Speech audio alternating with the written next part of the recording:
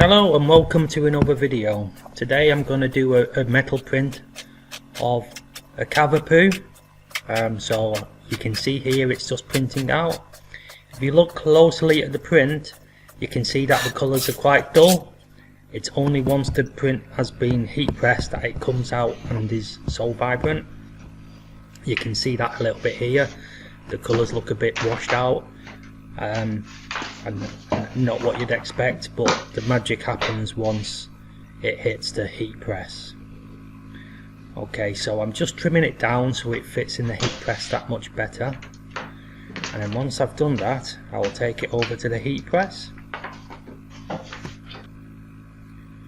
and again we have it on at 185 degrees Celsius and for 100 seconds.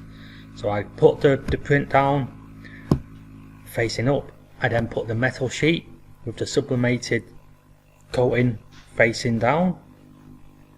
You can then choose to use heat tape to stop it moving about. I'm experimenting here, not using any, so fingers crossed. We then put a protective cover on, and then once the heat press is ready, we press it down, and again this is where the magic now happens. 100 seconds, and then we lift the heat press,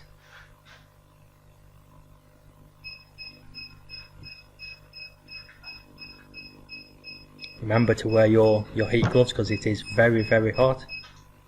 You can see the steam coming out there. We'll take that away, remove the paper and reveal the print. Fingers crossed guys. Even with the gloves it's a little hot, and there you go. You can see how much better the colours have come through, and here it is, putting it on the wall. Looks amazing.